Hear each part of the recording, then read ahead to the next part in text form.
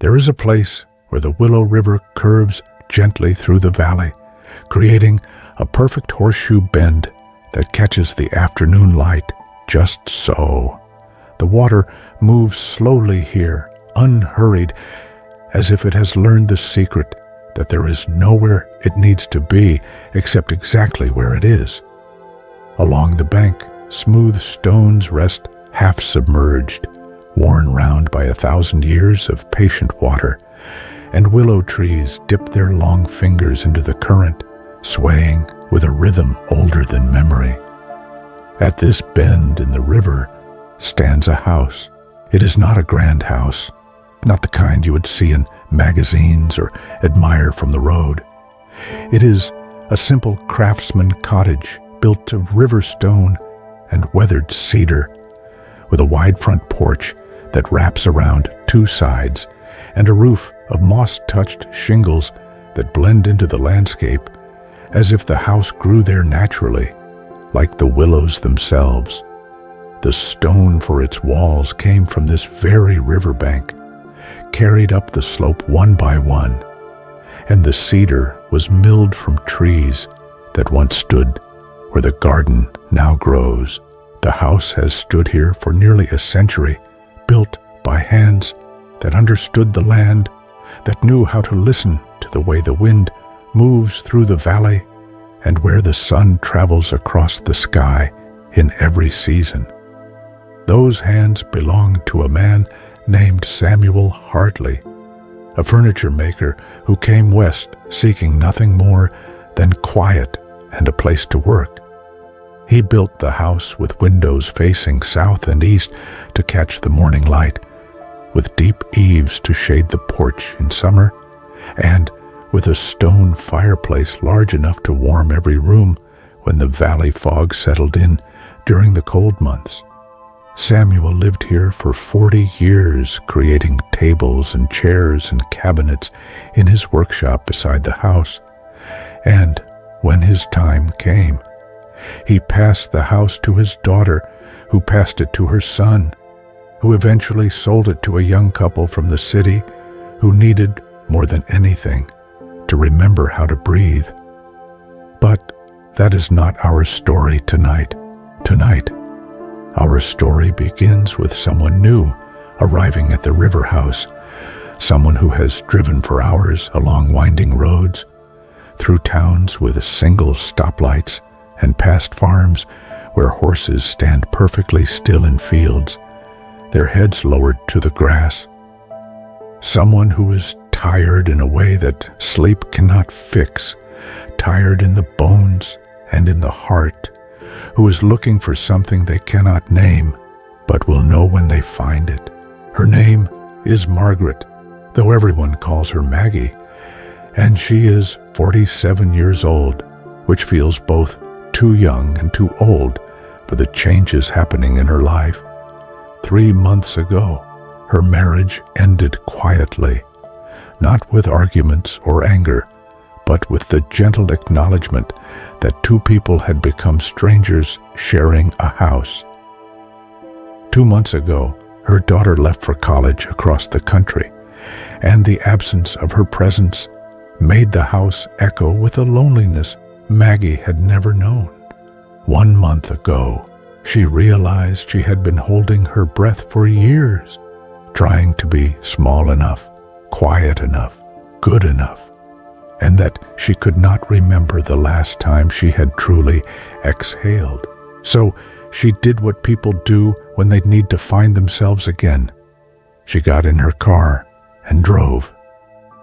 She found the river house on a website for vacation rentals, drawn to it not by the description, which was sparse, but by a single photograph. In it, the house sat peacefully at the bend in the river, morning light touching the stones, mist rising from the water, and something in that image spoke to a part of her she thought she had lost.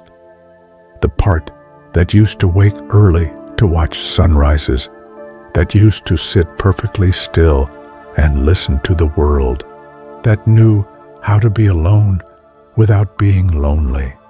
She booked it for a month without telling anyone where she was going. The driveway is long and unpaved, winding through a tunnel of old-growth trees whose branches meet overhead, creating a cathedral of green light. Maggie drives slowly, her tires crunching over gravel, and with each turn of the wheels, she feels something loosening in her chest, some knot she has been carrying unwinding slightly. The trees open up suddenly, and there is the house, exactly as it appeared in the photograph, as if it has been waiting for her. She parks and sits for a moment in the silence after the engine stops. The world here sounds different. There is the river, a constant gentle murmur, and birds singing in the willows, and wind moving through leaves with a sound like distant conversation. No traffic, no sirens, no neighbors' lawnmowers or television sets bleeding through walls. Just the ancient, patient sounds of water and wind and living things going about their quiet business. Maggie gets out of the car and stretches, feeling the stiffness of the long drive in her back and legs. The air is different here too, cool and clean, carrying the scent of river water and wild roses and something else, something green and growing that has no name. She breathes it in deeply, and it is the first real breath she has taken in longer than she can remember. The key is under the mat, just as the owner promised. The door is solid wood, painted a soft blue-gray, like the breast of a mourning dove. And when she turns the key, it opens with a satisfying weight, the hinges making a small sound of welcome. Inside, the house embraces her. That is the only word for it. The space does not impose or demand or overwhelm.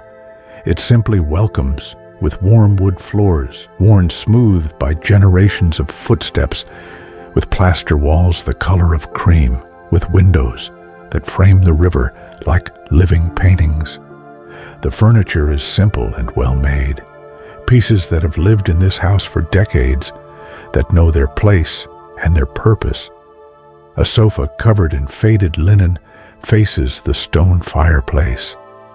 A dining table made of single plank of walnut stands near the kitchen, its surface marked with the gentle scars of use.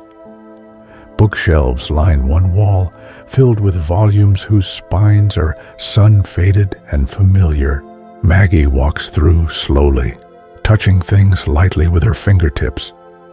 The kitchen is small, but perfect, with open shelves displaying mismatched dishes, a deep farmhouse sink beneath a window that looks out at the willows, an old stove that has cooked 10,000 meals. The bedroom is just large enough for an iron bed covered with a quilt in shades of blue and cream, a dresser with a mirror that has seen countless faces, and another window, this one opening onto the side porch. But it is the porch that claims her heart completely. She finds it through a door off the living room, and when she steps out onto the wide wooden boards, she understands why Samuel Hartley built the house here at this exact spot, facing this exact direction. The porch overlooks the river at the place where it bends, where the water is smooth and dark and moves like silk. The willows lean over it, their branches creating a lace of shadows on the surface, and beyond the river, the valley rises in gentle slopes covered with oak and madrone and Douglas fir, layer upon layer of green, fading into blue distance. There are 2 chairs on the porch, simple Adirondack chairs painted white, worn smooth by weather and time, positioned to face the river.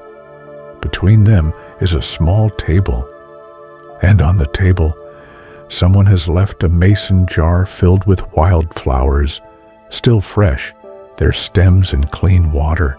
Maggie sits in one of the chairs and feels something inside her begin to settle, like sediment in a jar of river water slowly drifting down. She sits very still, listening to the river, watching the way the light moves through the willows, and for the first time in months, possibly years, she feels no need to be anywhere else, or do anything else, or be anyone else. She is simply here, at the bend in the river, at the river house, and it is enough. The afternoon passes, the light changes from gold to amber to rose. Birds come and go, landing in the willows, singing their evening songs, flying off to secret nests. The river continues its eternal conversation with the stones, and Maggie sits and breathes and feels the knot in her chest loosening, until finally, blessedly, it releases, and she can breathe all the way down to the bottom of her lungs.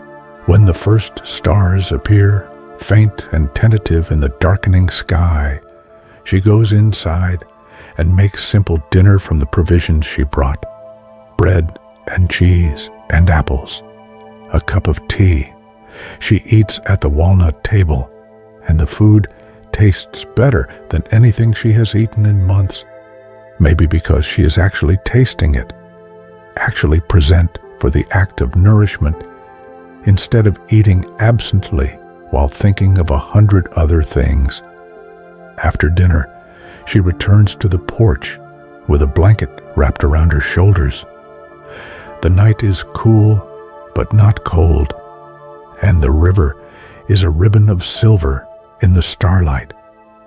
She sits in one of the white chairs and tips her head back to look at the sky, which is scattered with more stars than she knew existed, stars that have been there all along, but hidden by city lights and closed curtains and the habit of never looking up. She watches until her neck grows stiff and her eyelids heavy, and then she goes inside to the bedroom, where she slips between sheets that smell faintly of lavender and lies in the darkness, listening to the river singing its lullaby. Sleep comes easily, naturally, the way it did when she was a child, and she sinks into it, like sinking into deep, clear water, peaceful and complete. The river house has claimed another tired soul, and it will do what it has always done.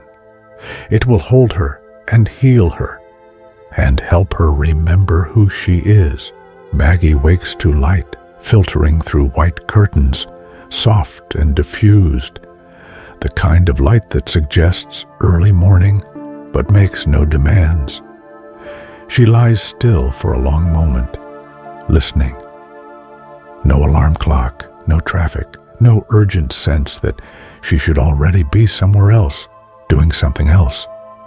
Just the river, constant and patient, and birds beginning their morning chorus in the willows. She cannot remember the last time she woke naturally, allowed to rise when her body was ready, rather than when duty required. The feeling is strange and wonderful, like discovering a room in a house she has lived in for years, a room she never knew existed. Slowly, she rises and wraps herself in the soft cotton robe she finds hanging on the back of the bedroom door. It is not hers, but it has been left for guests, and it smells faintly of cedar and sunshine, as if it dried on a clothesline in summer wind. She pads barefoot across the smooth wood floors to the kitchen, where she fills the kettle and sets it on the old stove, then opens the window above the sink while she waits for the water to boil. The morning air is cool and carries the scent of dew-wet earth and river water. A great blue heron stands in the shallows near the opposite bank, perfectly still, a meditation on patience. Maggie watches it, her hands wrapped around the warm mug of tea, and realizes she is smiling without having decided to smile. She takes her tea to the porch, settling into one of the white chairs with the blanket across her lap. The valley is waking slowly.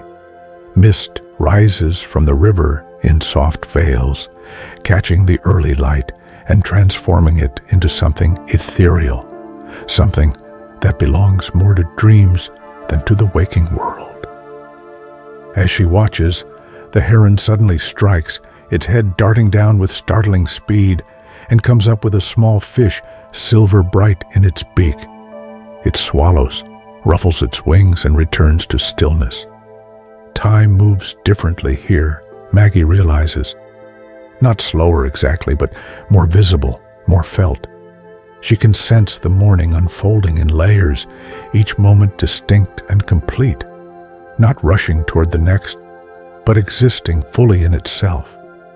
The way the mist gradually dissolves as the sun climbs, the way the light changes from pink to gold to white, the way the birds move through their morning routines with purposeful deliberation.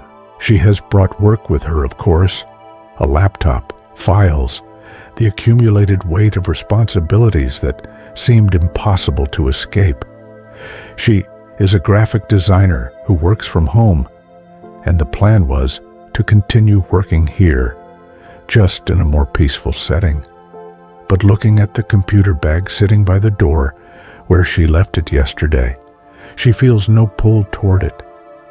Instead, she feels a deep desire to do nothing, to simply be, to let the river teach her its patient rhythm. So, that is what she does. She sits on the porch and watches the river.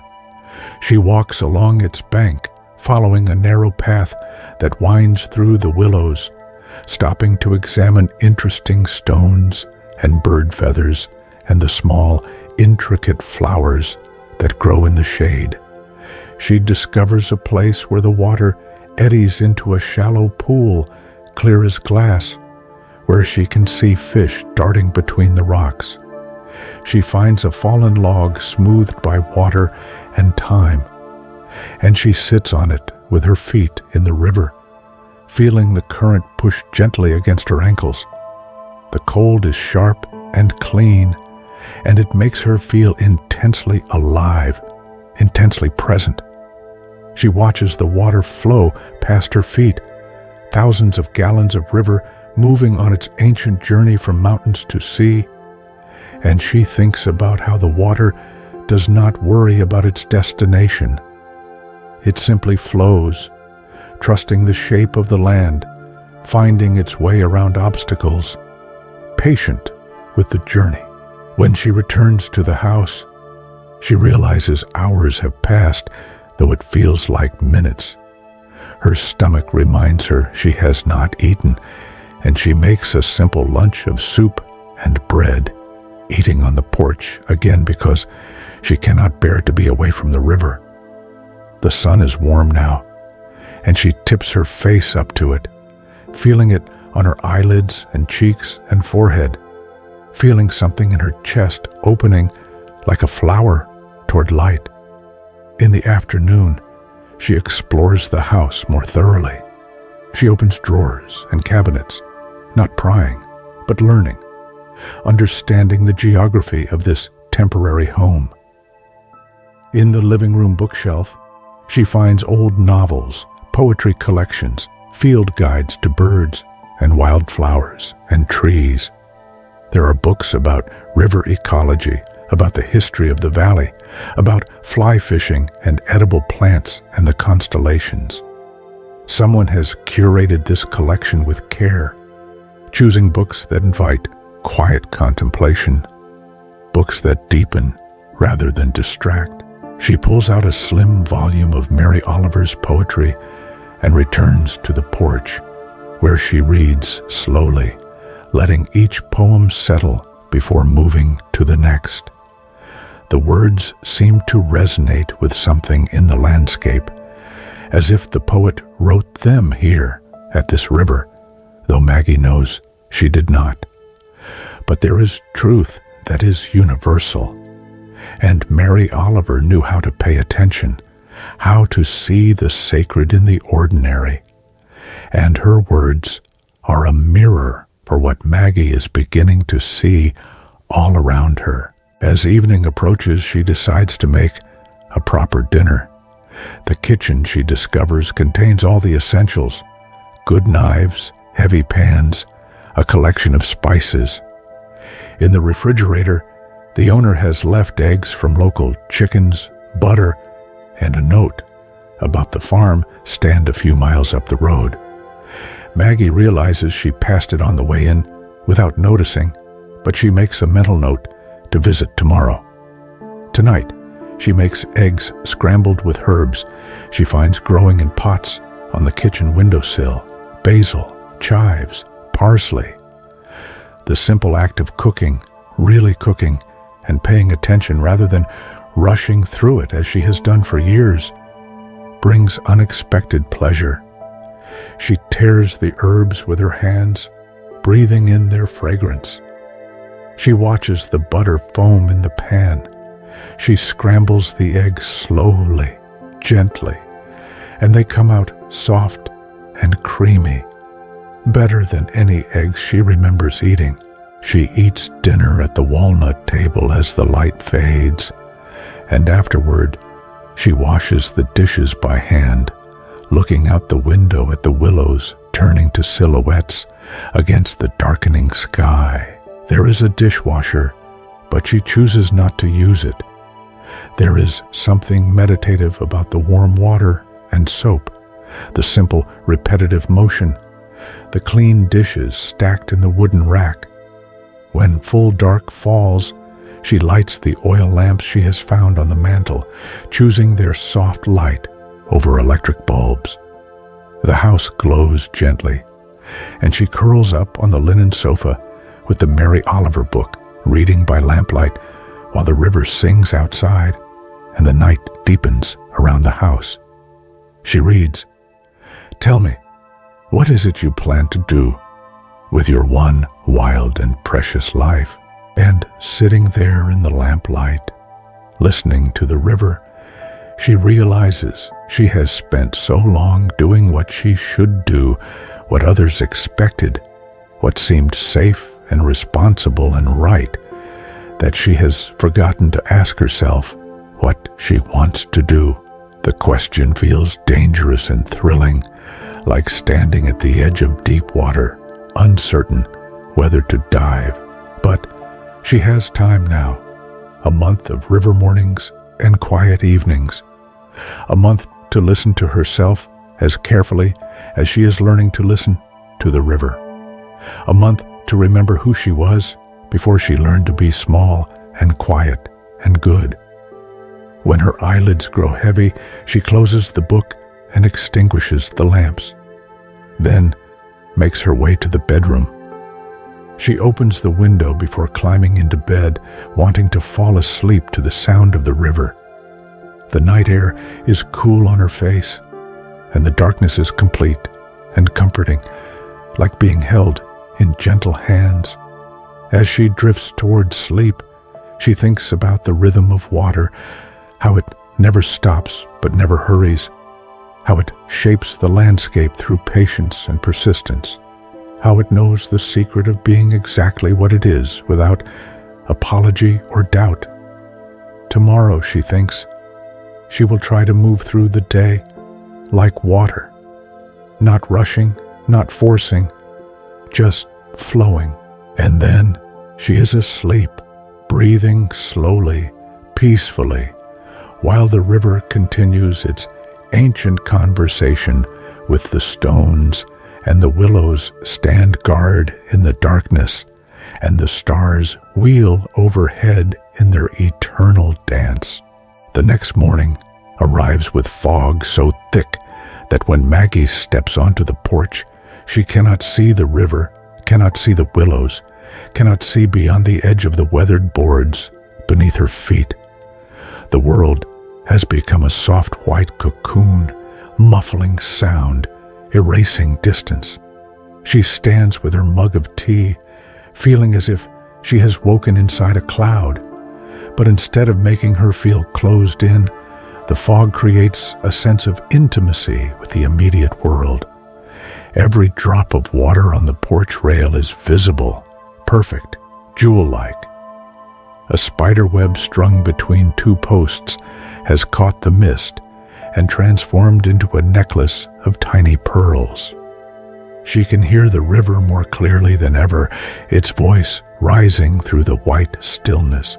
By mid-morning, the fog begins to lift, thinning gradually, until it hangs in patches among the trees, and the sun breaks through in shafts of gold that make the remaining mist glow.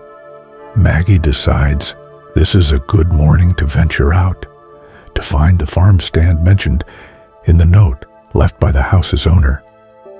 She drives slowly back down the winding driveway under the cathedral of trees and turns onto the two-lane road that follows the river valley. Everything looks different than it did 2 days ago when she arrived. She was so tired then, so focused on reaching her destination, that she did not truly see the landscape. But now she notices everything, the way the road curves with the natural contours of the land, the old barns weathered silver gray, the split-rail fences half consumed by wild roses, the horses grazing in pastures still touched with morning mist. The farm stand appears after 3 miles, just as promised. It is a simple structure built of rough-hewn wood, with a tin roof and open sides, sitting at the edge of a field where rows of vegetables grow in neat lines. A hand-painted sign reads, "Hartwell Farm, organic vegetables, free-range eggs, honey." Maggie parks and gets out. There is no one attending the stand, but there are tables loaded with produce, tomatoes still warm from the sun, cucumbers and squash, bunches of leafy greens, baskets of green beans and sugar snap peas. There are jars of honey in golden shades from amber to bronze, and crates of eggs in various colors, white, brown, blue, green. A handwritten price list is posted on the wall, and a metal cash box sits open on a shelf with bills and coins inside, and a note that says, "Please make change for yourself. Thank you for your honesty." Maggie stands there for a moment, surprised by this small act of trust, by the assumption that people will pay what they owe and take only what they need. In the city where she lived, such a system would be impossible. But here, in this valley, it seems natural.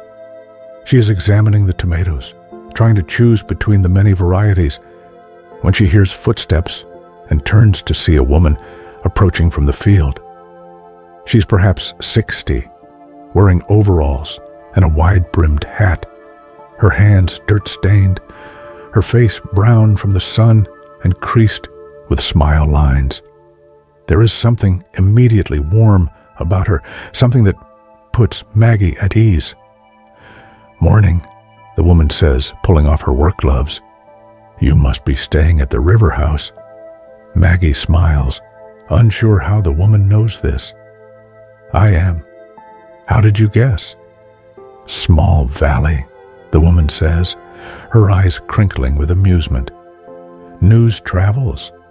Plus, you have that look." "What look?" "The look of someone who just arrived from somewhere noisy and is still adjusting to the quiet. Takes about 3 days for that look to wear off. I'm Helen, by the way. This is my farm." "Maggie, nice to meet you." Helen picks up one of the tomatoes Maggie was considering, a large heirloom variety streaked with red and gold. "Try this one. It's a marvel striped, ugly as sin but tastes like summer condensed into fruit form. Perfect with just salt and good bread." "It sounds perfect," Maggie says, adding it to her basket. Helen helps her select vegetables, sharing information about each variety with the enthusiasm of someone who loves what they grow. She tells Maggie about the chickens that laid the eggs. The blue ones come from my Araucanas, spoiled birds, but they're good layers. About the wildflower meadow, where the bees make honey. About the season and what will be coming in the next few weeks. How long are you staying? Helen asks, as Maggie counts out bills for her purchases. A month. Helen nods approvingly. Good. That's enough time to actually settle in, to let the place work on you. A week isn't enough. You spend the first 3 days just winding down. And then right when you start to feel human again, you have to leave. A month, though. That's enough time for the river to teach you things. Maggie looks at her curiously. What kinds of things? Helen smiles. That's different for everyone. But the river's a good teacher if you pay attention. Samuel Hartley, he's the one who built your house. He used to say the river taught him everything he needed to know about furniture making. Patience, respect for the material, understanding that you work with the wood's nature, not against it. My husband says it taught him about farming. I think it teaches everyone what they need to learn most. What did it teach you? Maggie asks. Helen considers this, looking out over her fields, that things grow in their own time, that you can't force a tomato to ripen faster by worrying at it, that good soil takes years to build, but only one season of neglect to damage, that the work is never finished. But that's okay, because the work itself is the point, not some imaginary moment when everything's perfect and you can rest. She looks back at Maggie, but like I said, it teaches everyone different things. Maggie loads her purchases into her car, but she finds herself reluctant to leave. Helen notices and says, "You're welcome to stay and chat if you like. I'm due for a break anyway, and my husband just made lemonade. It's the real kind, none of that powder nonsense." They sit in weathered Adirondack chairs under an old walnut tree, drinking lemonade so tart it makes Maggie's mouth pucker, and Helen tells stories about the valley. She has lived here all her life, married her high school sweetheart, raised 3 children who scattered to cities for college and careers, but who all eventually came back because, Helen says, once this valley gets into you, everywhere else feels too loud. She tells Maggie about the seasons, how the winter fog can settle for weeks, how spring brings wild flowers that carpet the hills in gold and purple, how summer is hot but the river stays cold, how autumn transforms the valley into something out of a painting. She talks about her neighbors, the retired literature professor who keeps honeybees, the young couple who started a small winery on the next ridge, the old cowboy who still runs cattle on the hills and speaks more to his horse than to people. We're an odd collection, Helen admits, but we look out for each other. If you need anything while you're here, a good mechanic, a doctor, someone to show you the best swimming holes, you just ask.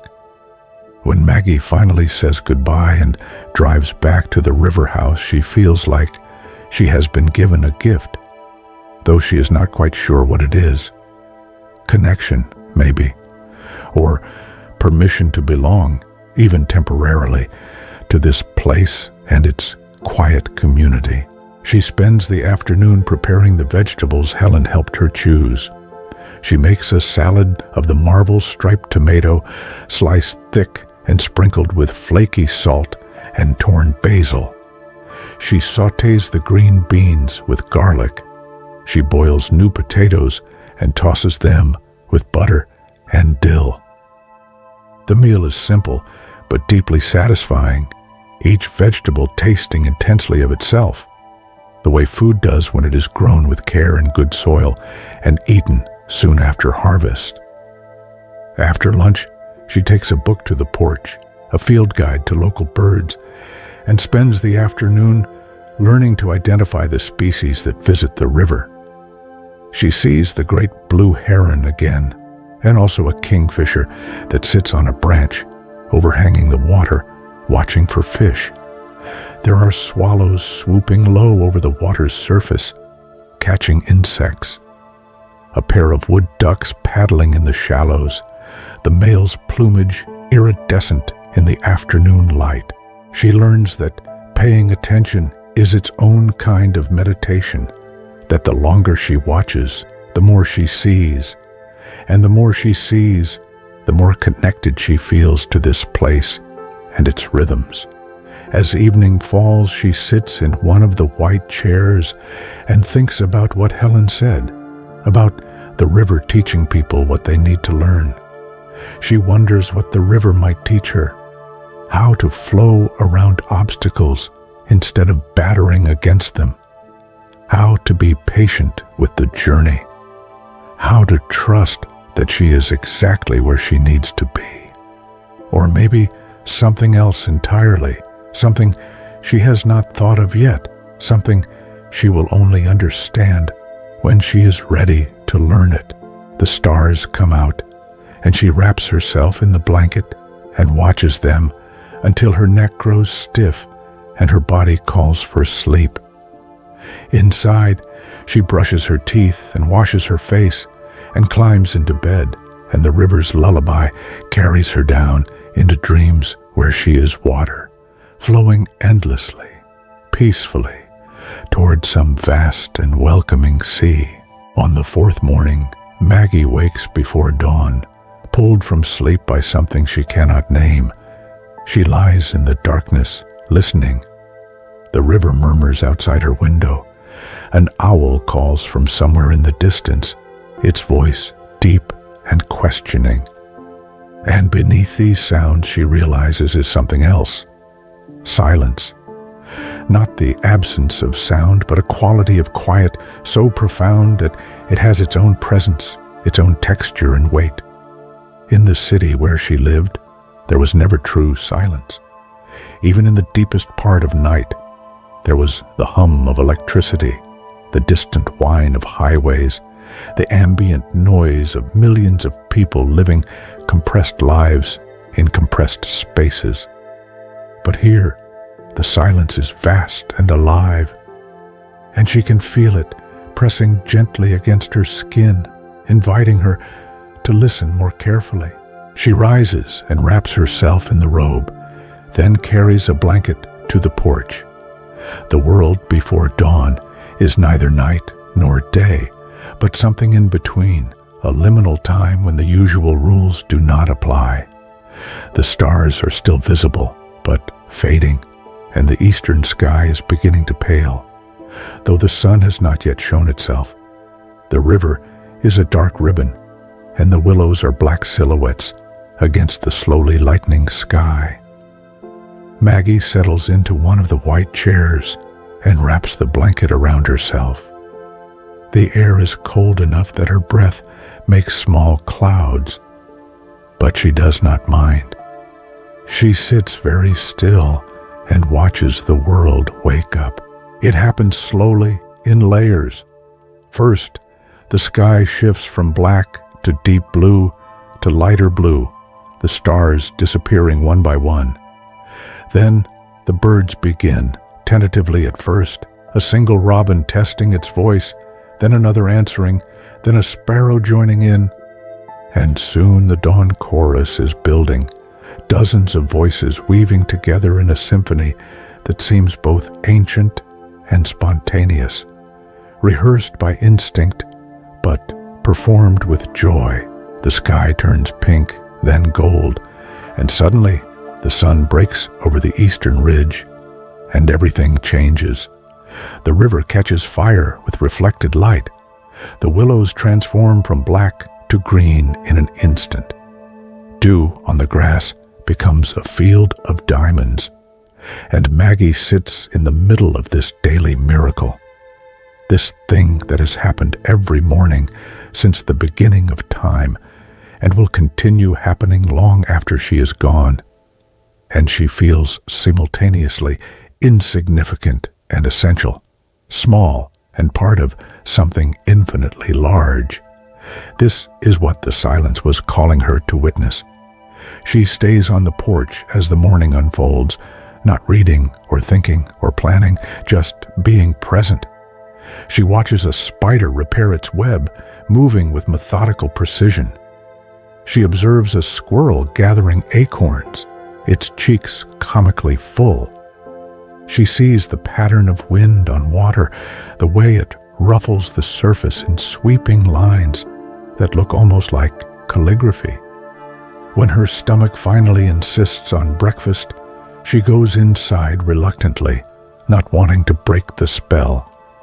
But she discovers that the quietness comes with her, that it has soaked into her somehow, and she moves through the small kitchen in silence, making tea and toast, eating slowly, tasting every bite. After breakfast, she decides to explore beyond the immediate area around the house. She puts on hiking boots and a hat, fills a water bottle, and sets off along the river path. It is narrow and well-worn, clearly used by generations of feet, and it winds through the willows and then climbs slightly, following the curve of the valley. She walks without hurry, stopping frequently to look at things. A cluster of mushrooms growing on a fallen log, their caps a vivid orange. A perfect bird's nest low in a bush, empty now, woven from grass and moss and what looks like horse hair. A patch of ferns growing in a spot where a spring seeps from the hillside, their fronds so green they seem to glow. After perhaps a mile, the path opens onto a meadow that slopes down to the river. The grass is tall and golden, moving in waves when the wind blows, and scattered through it are wildflowers in shades of blue and purple and yellow. It is the kind of meadow that appears in dreams, in paintings, in the collective memory of what countryside should look like, but rarely does anymore. Maggie stands at the edge, almost afraid to enter, as if stepping in might break some spell. But then a butterfly lands on a nearby flower, opening and closing its wings slowly, and she takes that as permission. She walks into the meadow, the grass brushing against her legs, and she is surrounded by flowers and insects and the smell of sun-warmed earth. In the center of the meadow, she finds a large flat rock, smooth and slightly warm from the morning sun. She climbs onto it and sits cross-legged, and from this vantage point, she can see the river winding through the valley below, the house tiny in the distance, the hills rising on either side in successive ridges that fade to blue on the horizon. She sits and breathes and listens to the silence. It is filled with sounds, she realizes. Insects humming, grass rustling, the distant voice of the river. But these sounds do not disturb the silence. Instead, they deepen it, the way the pauses between notes are essential to music. She understands that what she is calling silence is actually the absence of human noise, of machines and engines and electronic hums. It is the natural soundscape of the earth, the one that humans evolved listening to for millions of years before they began making noise of their own. Sitting here, she understands why people in the past believed in nature's spirits, in gods and goddesses who inhabited rivers and trees and mountains. There is something here, something she can almost feel, some presence or intelligence or awareness that is not human, but is not entirely other either. The valley is alive, and it is paying attention, and she is paying attention back. And in that mutual attention, there is a kind of communication happening, wordless and profound. Time dissolves. She has no idea how long she sits on that rock. An hour? 2? The sun is higher when she finally stirs, her legs stiff, her body deeply relaxed. She climbs down and makes her way back through the meadow, taking a different path that leads more directly toward the river. She finds a place where the bank is gentle and the water shallow, and on impulse, she takes off her boots and socks and steps into the river. The cold is shocking, almost painful, but she stands firm and lets her feet adjust. After a minute, the cold becomes bearable, then pleasant, then invigorating. She can feel the current pushing against her ankles, the smooth stones under her soles, the aliveness of the water. She stands there for a long time, just feeling, and when she finally steps out, her feet tingling and her body feeling more awake than it has in years, she thinks, "This is what I came here for, this exact feeling, this aliveness." She walks back to the house slowly, in no hurry, carrying her boots and letting her feet dry in the warm grass. When she arrives, she makes a simple lunch and takes it to the porch. And she eats in silence, listening to the birds, watching the river, feeling the silence settling over her like a blessing. In the afternoon, she discovers a pencil and sketchbook in one of the living room drawers. She has not drawn in years, not since art classes in college. But looking at the blank pages, she feels a pull, a desire to try to capture something of what she is seeing and feeling. She takes the sketchbook to the porch and begins to draw the river, the willows, the way the light falls on the water. Her first attempts are clumsy, but she does not judge them. She simply draws, line after line, letting her hand remember how to see. After a while, the critical voice in her head, the one that always tells her she is not good enough, not talented enough, not anything enough, grows quiet, and she is left with just the movement of pencil on paper, the translation of sight into line, the meditative pleasure of paying such close attention to the world that her hand can begin to capture it. The drawings are not masterpieces, but they are honest, and that feels like enough.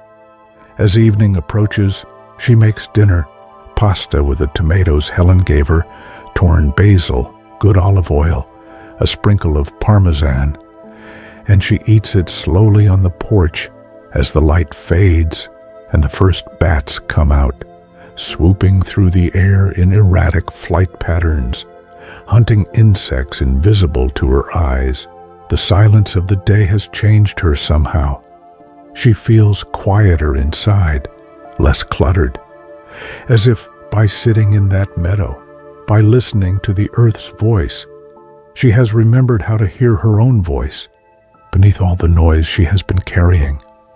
That night, she sleeps deeply and dreams of flowing water, of being carried gently downstream, of surrendering to currents that know the way even when she does not.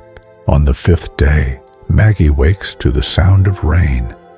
It is a gentle rain, steady and patient, the kind that seems like it could continue forever without urgency or drama. She lies in bed listening to it tap on the roof, ping against the windows, whisper through the leaves of the willows. It is a sound she has always loved, rain on a roof, and she realizes she has not heard it in years because her house in the city had a flat roof that made no sound, and she was always too busy to notice weather anyway. She rises and makes tea, then returns to bed with her mug, propping pillows behind her so she can sit and look out the window.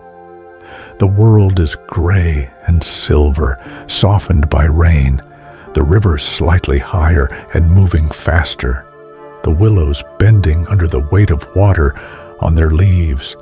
Everything looks washed clean, simplified, essential. This is a day for staying inside, for being cozy, for gentle indoor pursuits. She feels no guilt about this, no sense that she should be doing something productive. The rain has given her permission to rest, to be still, and she accepts it gratefully. After a leisurely breakfast, she explores the bookshelf more thoroughly and pulls out several volumes that catch her interest. There is a collection of essays about the natural world by Aldo Leopold, a memoir about living simply by Wendell Berry, a book of poems by W.S. Merwin. She carries them to the sofa, wraps herself in a soft blanket, and begins to read. The words wash over her like the rain, gentle and nourishing.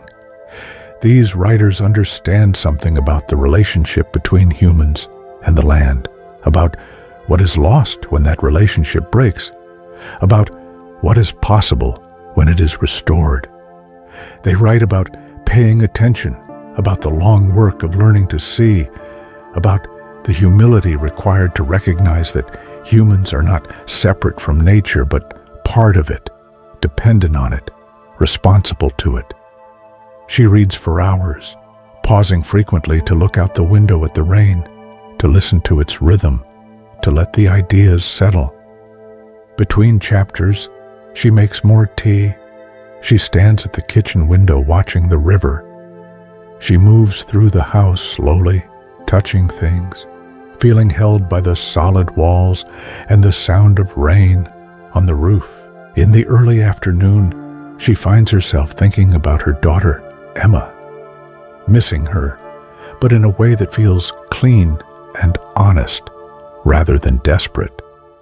She wonders what Emma is doing right now, whether she is happy at college, whether she is making friends and discovering who she is away from home.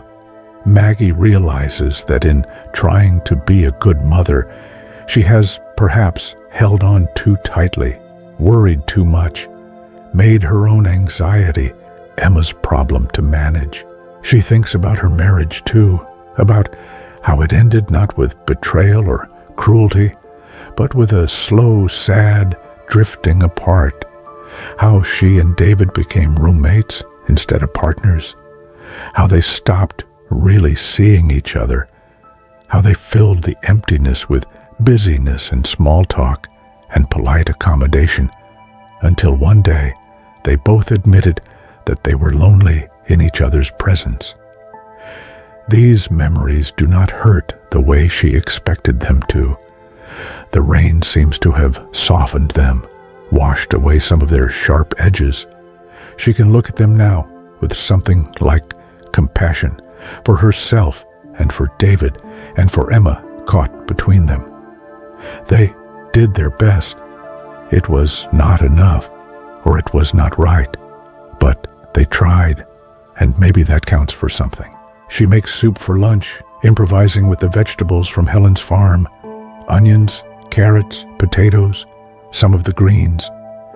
She adds herbs and broth she finds in the cupboard, and as it simmers, the house fills with warmth and good smells. She eats the soup slowly, tasting each spoonful, and it feels like medicine, like something that is healing her from the inside out. After lunch, she discovers a stack of old National Geographic magazines in a basket beside the sofa, and she flips through them slowly, looking at photographs of distant places, Mongolian steppes, Antarctic glaciers, coral reefs, mountain villages. The world is so vast and varied, so full of ways to live and be. Her own problems seem smaller in the face of this vastness, but not insignificant. Just properly sized, she thinks.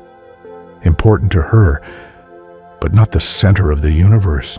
As the afternoon deepens, she finds herself drawn to the sketchbook again.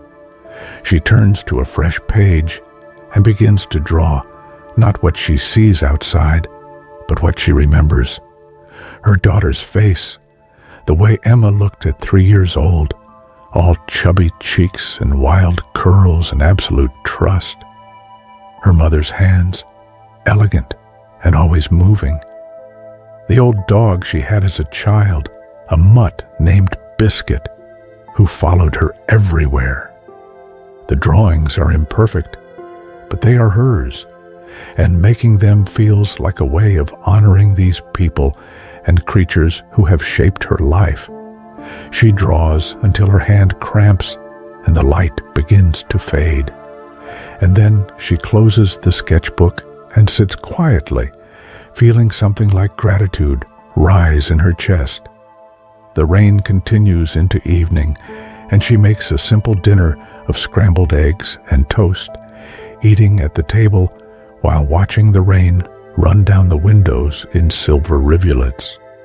After dinner, she lights a fire in the stone fireplace, her first fire here, and she discovers that someone has left kindling and split wood stacked neatly beside the hearth.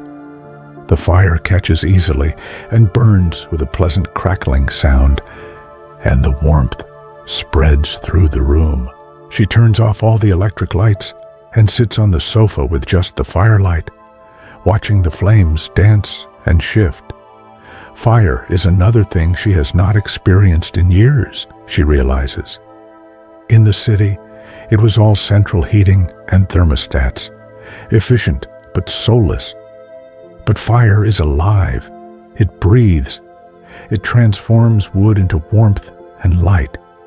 And there is something deeply satisfying about sitting beside it. She thinks about all the humans who have sat beside fires over the millennia, watching flames just like these, finding comfort and safety in their warmth. She is part of that long lineage, connected across time to every person who ever built a fire against the darkness. The rain, the fire, the warm house around her, it all combines to create a feeling of deep safety, of being held and protected. She realizes this is the first time in months, maybe years, that she has felt truly safe. Not just physically safe, but emotionally safe. Safe to feel whatever she feels without judgment. Safe to be exactly who she is in this moment, without needing to perform or pretend. When she finally goes to bed, she leaves the window cracked so she can hear the rain, and she falls asleep quickly, her body warm and relaxed, her mind quiet and at peace. She dreams of being inside a house while rain falls softly all around, and in the dream, she understands that the house is not just the river house, but her own self, her own body and mind, and that she is learning to make it a place where she can safely dwell. The rain continues through the next day, lighter now, but still persistent. And Maggie discovers that there is an art to doing nothing, that it requires more skill than she realized. She is so accustomed to filling every moment with activity, with productivity, with the illusion of progress, that simply being still feels strange at first, almost uncomfortable. But she practices. She sits on the porch, wrapped in blankets, watching the rain fall on the river, observing how the drops create thousands of tiny circles on the surface that overlap and disappear and are constantly renewed.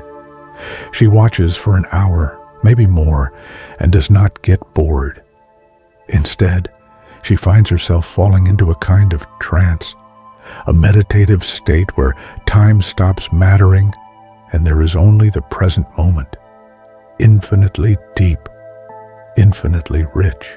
She makes tea and drinks it slowly, paying attention to every sensation, the warmth of the mug in her hands, the steam rising and condensing on her face, the taste of the tea as it changes from too hot to drink to perfectly warm to lukewarm. She discovers that a single cup of tea, truly attended to, can be a complete experience, satisfying in itself, requiring nothing more. She reads a few pages, then stops and stares out the window for a long time, thinking about nothing in particular, letting her mind wander where it will. She discovers that her thoughts, when she does not try to control them, follow strange and interesting paths, making connections between things she would never have consciously put together.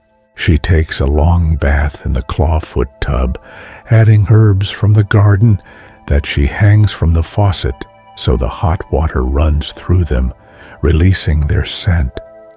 She lies in the warm water until her fingers prune, listening to the rain on the roof, feeling the weight of waters surrounding her body. And she thinks about how much of her life has been spent rushing, striving, trying to get somewhere or be someone, and how little time she has spent just being. In the afternoon, she discovers a jigsaw puzzle in the closet, 1,000 pieces showing a painting of a forest scene. She dumps it out on the dining table and begins sorting pieces, finding edges, looking for patterns. It is satisfying work, repetitive and mindless in the best way, requiring just enough attention to keep her present, but not so much that she cannot let her mind drift. As she works on the puzzle, she finds herself thinking about her career, about the graphic design work she has been doing for 20 years. She is good at it, technically skilled, reliable, professional. But somewhere along the way, it became just a job, just a way to pay bills and fill time. The creativity that drew her to the field has been squeezed out by client demands and deadlines, and the pressure to produce work that is safe and marketable, rather than interesting or meaningful. She wonders what would happen if she approached her work differently, if she said no to projects that did not interest her, if she sought out clients who wanted something genuine, rather than something that looked like everything else, if she treated her work as a craft, something to be practiced and refined and taken seriously rather than just a job. But these thoughts do not feel urgent or anxious. They are just ideas floating through her mind as her hands fit puzzle pieces together, and she lets them come and go without trying to force any conclusions. The puzzle takes hours, and she does not finish it that day, but she does not care. It will be there tomorrow and the day after, and she has nowhere else to be. Nothing else she needs to do. The work itself is the point, the slow, methodical process of bringing order to chaos, of finding where each piece belongs. For dinner, she makes grilled cheese sandwiches and tomato soup, comfort food from childhood, and she eats it while continuing to work on the puzzle, occasionally glancing out the window at the rain-soaked world. The evening is cozy and peaceful, and she feels something she has not felt in a very long time: contentment. Not happiness exactly, not excitement or joy, but simple, quiet contentment with this moment, this meal, this gentle evening in this house by this river. Later, she builds another fire and sits beside it with a book of poetry, reading slowly, sometimes reading the same poem multiple times, letting the words work on her at a level deeper than conscious understanding. Poetry, she realizes, is another form of doing nothing, of letting meaning arise indirectly rather than grasping at it directly. She finds a poem by Rainer Maria Rilke about having patience with everything unresolved in your heart, about living the questions rather than forcing answers, about trusting that one day you will gradually, without noticing it, live your way into the answers. The words strike her deeply, and she copies the poem into the back of her sketchbook so she can return to it later. That night, lying in bed listening to the rain, she realizes that these 2 days of rain have been a gift. They have given her permission to stop, to rest, to simply be, without the pressure of doing. And in that stopping, in that rest, something in her is beginning to heal. Some wound she did not even know she was carrying. She falls asleep with rain still falling softly on the roof, and she dreams of puzzle pieces fitting together, of patterns emerging slowly, of a picture gradually becoming clear. On the 7th morning, Maggie wakes to silence and sunlight. The rain has stopped sometime in the night, and the world has been transformed. Everything is clean and bright, the colors more vivid, the air sharp and clear. She steps onto the porch and gasps at the beauty of it. The river is swollen and moving fast, its surface sparkling in the morning sun. The willows are so green they seem to glow. And everywhere, on every leaf and blade of grass and flower petal, there are drops of water catching the light like jewels. The valley looks newborn, fresh, full of possibility. She drinks her morning tea on the porch, unable to stop smiling, feeling as if she has emerged from something, been washed clean along with the landscape. A week has passed, just a week, but she feels different, quieter, more solid, more herself. After breakfast, she decides to explore further, to follow the river path in the opposite direction from the meadow to see where it leads.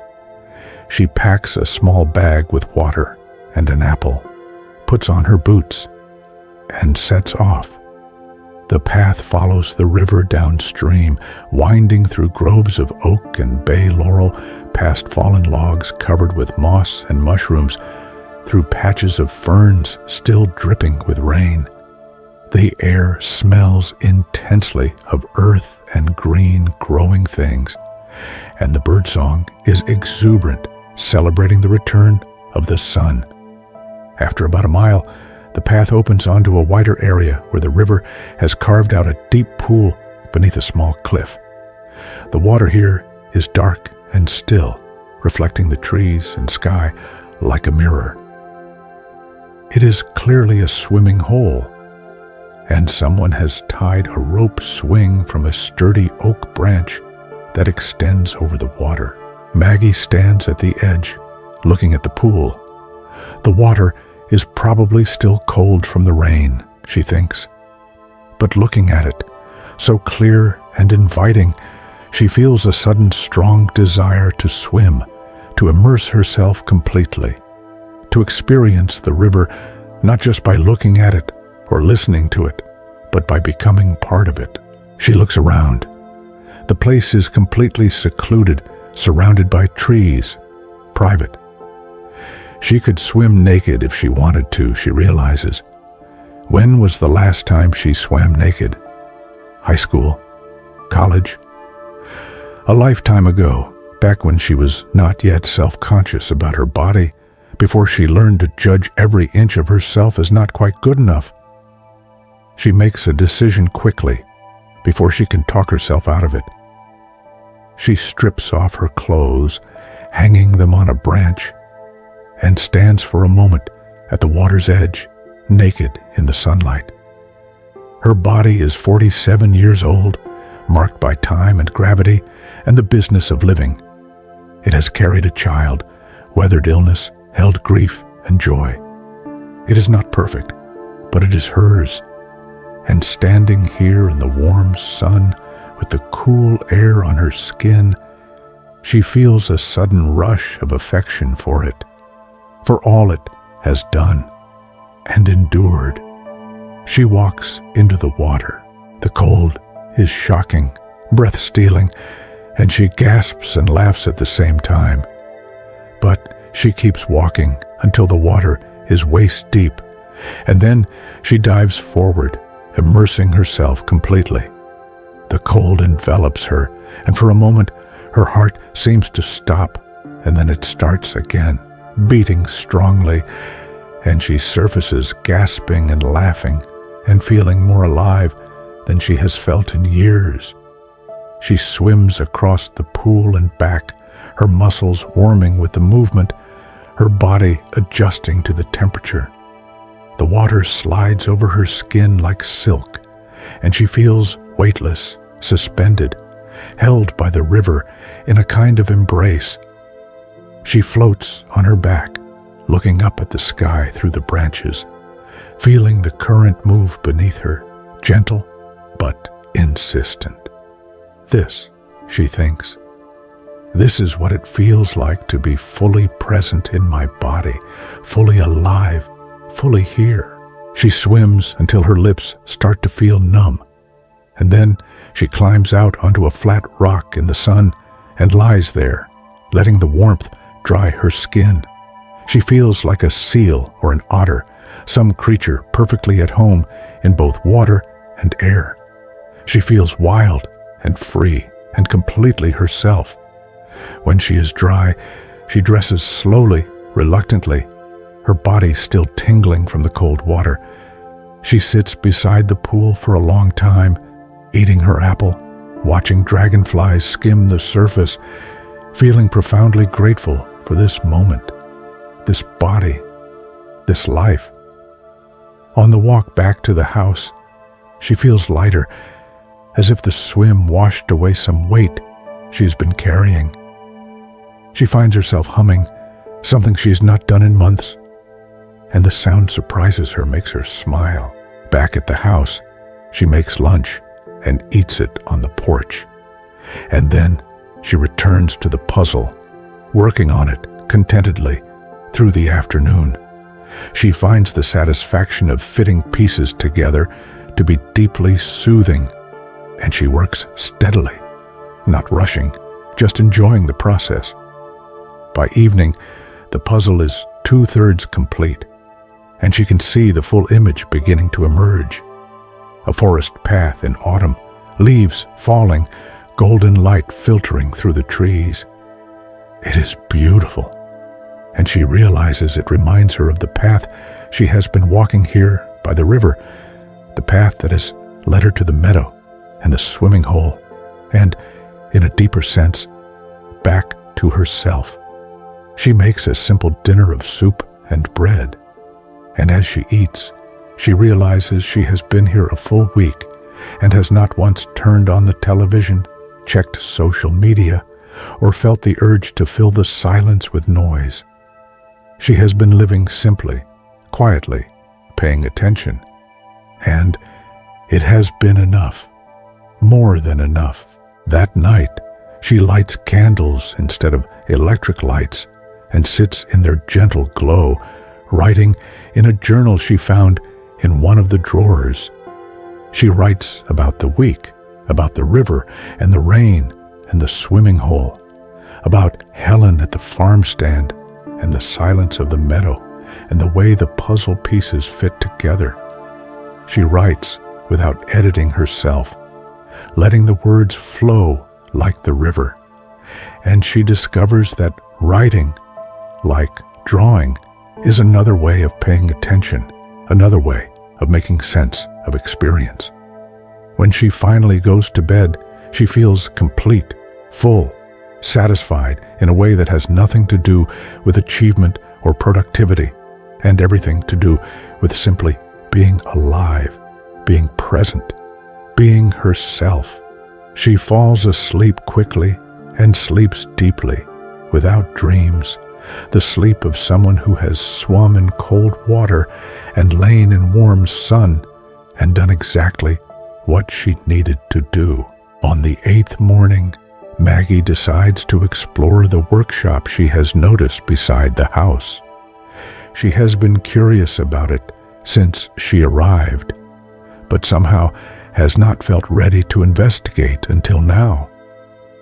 It is a simple building, smaller than the house, with the same river stone foundation and weathered cedar siding, and a large window facing north.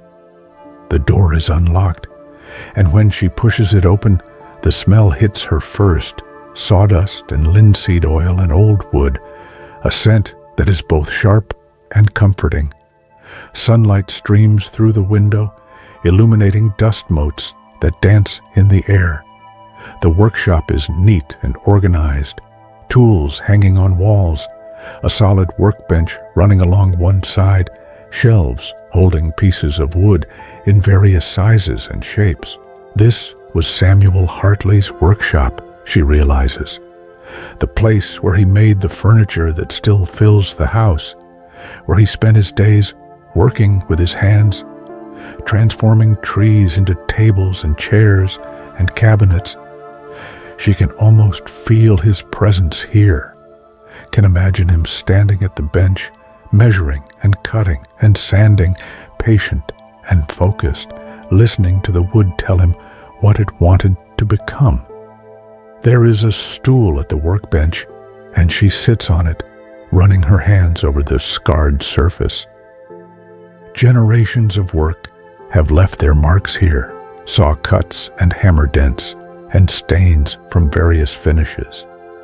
It is beautiful in its way, this record of labor, this evidence of attention and care. On a shelf, she finds a book, The Soul of a Tree, by George Nakashima, a famous furniture maker. She pulls it down and flips through it, reading passages about respecting the wood, about understanding that each tree has its own character and history, about the responsibility of the craftsperson to honor the material they work with. She sits there for a long time, reading and thinking. There is something in these ideas that resonates with her, something about paying attention to the nature of things rather than trying to force them into predetermined shapes. She thinks about her design work, about how often she has ignored her own instincts and tried to make things look a certain way, because that is what clients wanted, or what was trendy, or what seemed safe. What would her work look like, she wonders, if she approached it the way Samuel Hartley approached furniture, the way George Nakashima approached wood? If she really looked at each project and asked what it wanted to be, rather than imposing her ideas on it? She leaves the workshop but carries the book with her, and she spends the morning reading it on the porch, underlining passages, making notes in the margins. The sun is warm, and a light breeze stirs the willows, and she feels her mind opening, making connections, seeing possibilities she had not seen before. In the afternoon, Helen arrives unexpectedly, driving up in a dusty pickup truck and calling out a friendly hello. She has brought vegetables, more tomatoes, summer squash, a basket of small eggplants, and a jar of her honey. "Thought you might be ready for a resupply," Helen says, climbing the porch steps. "Plus, I wanted to check on you, make sure you're settling in okay." They sit on the porch together, and Maggie makes tea, and Helen tells her about the week on the farm, the chickens that have started molting, the deer that got into the garden despite the fence, the good news that the young couple's wine won a medal at the county fair. "You look different," Helen observes after a while, studying Maggie with her shrewd, kind eyes. "More settled. The river's working on you." Maggie laughs. "Is it that obvious?" "Only to someone who's paying attention. You had that tight look when you arrived, like you were wound up so tight you might snap. Now you look..." Helen pauses, searching for the right word. "Softer, like you've remembered how to breathe." "That's exactly what it feels like," Maggie says. "I didn't even realize I was holding my breath until I came here and started letting it out. They talk for a while longer, and Helen mentions that there is a farmer's market in the nearest town every Saturday morning, that Maggie should come if she feels like it, that it would be a chance to meet more of the locals and get fresh bread and preserves and other good things. No pressure, Helen adds, but if you feel like a little human contact, it's a nice way to spend a Saturday morning. Starts at 8, runs until noon. After Helen leaves, Maggie thinks about the invitation. Part of her wants to stay here at the river house, in her cocoon of solitude and peace.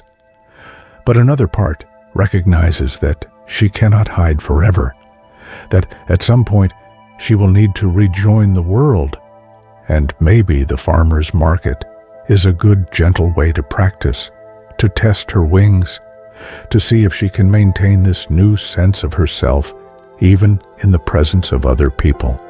She decides she will go. That evening, she finishes the puzzle, fitting in the last few pieces with a sense of satisfaction. The completed image is lovely.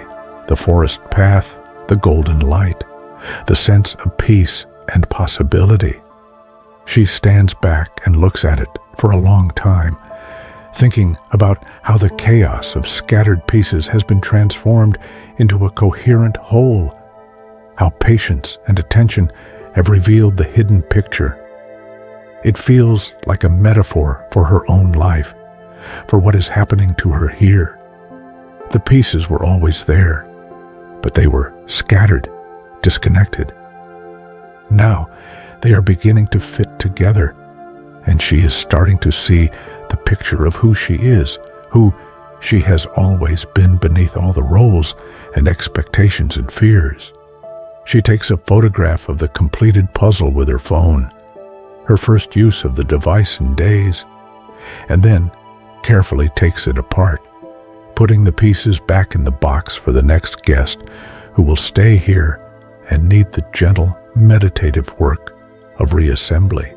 That night, she makes a fire and sits beside it with her journal, writing about the workshop and the book and Helen's visit.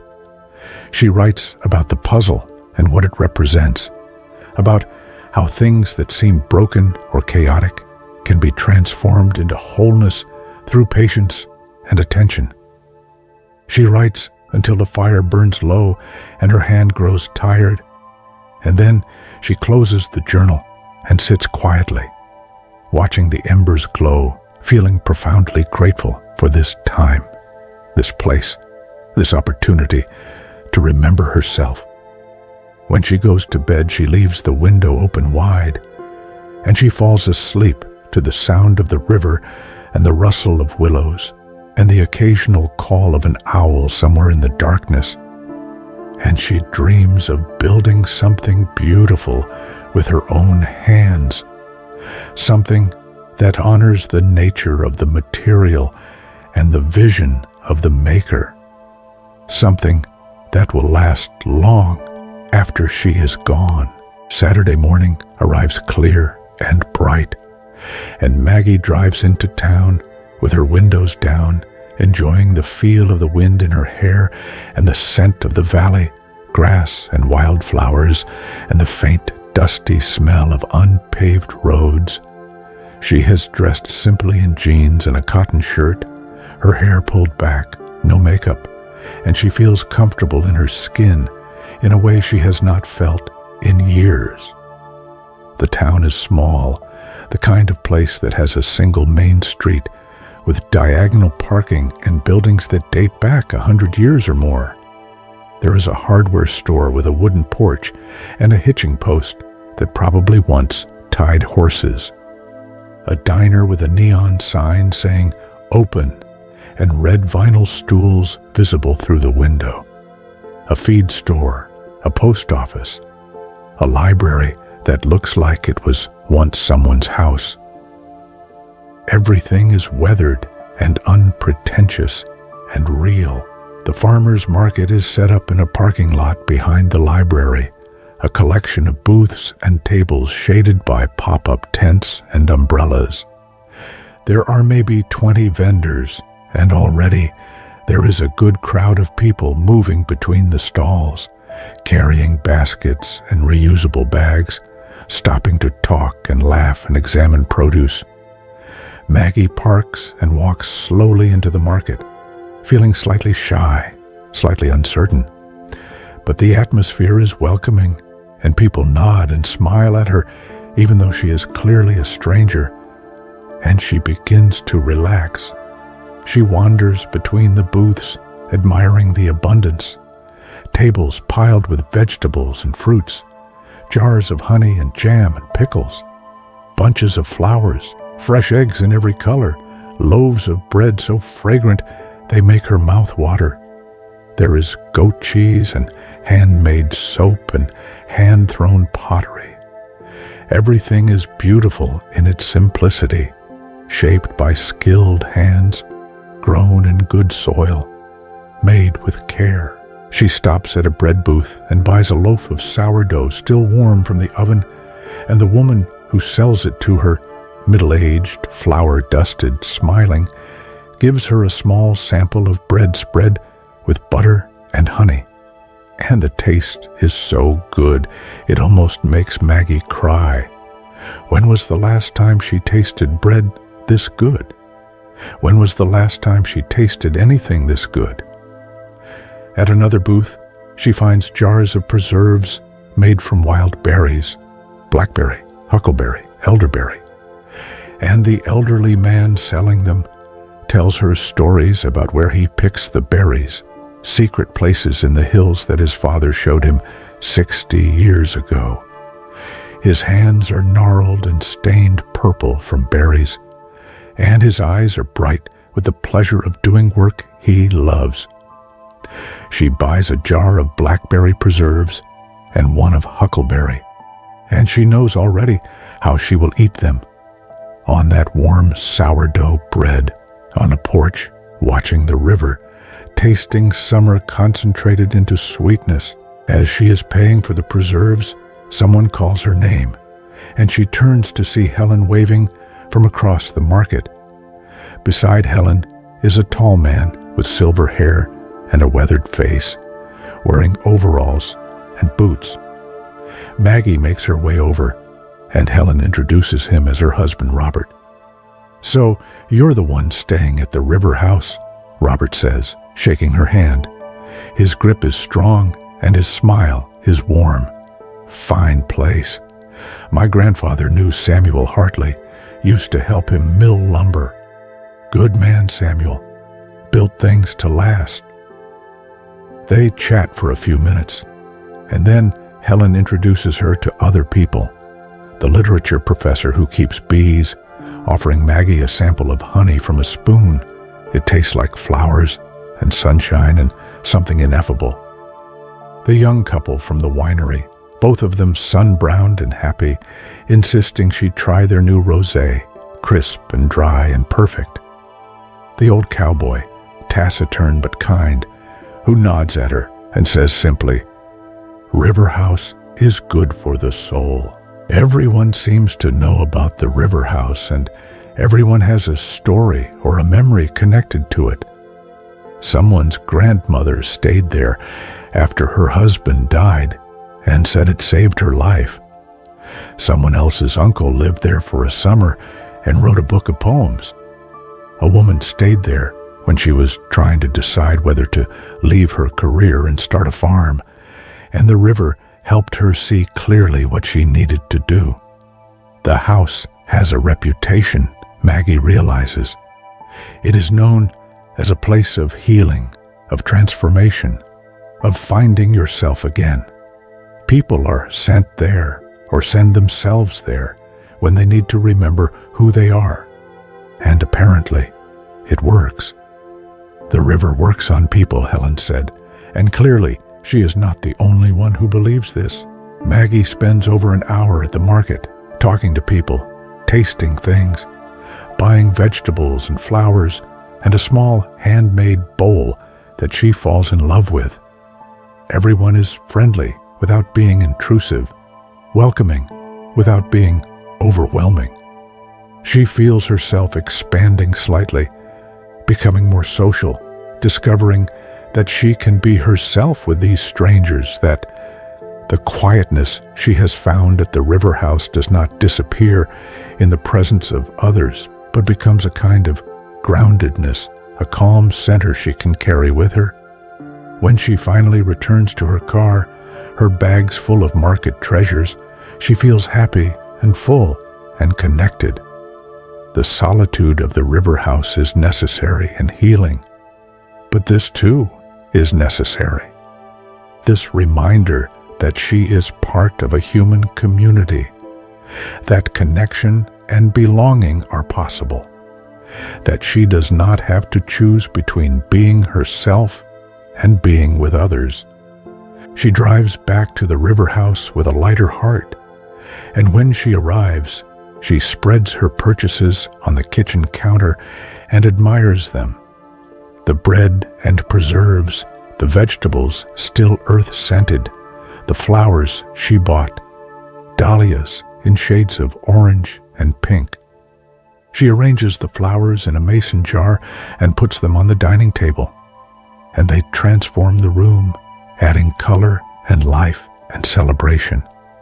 For lunch, she makes a feast of market treasures, thick slices of sourdough bread spread with goat cheese and drizzled with honey, sliced tomatoes sprinkled with salt, fresh peaches so ripe they drip juice.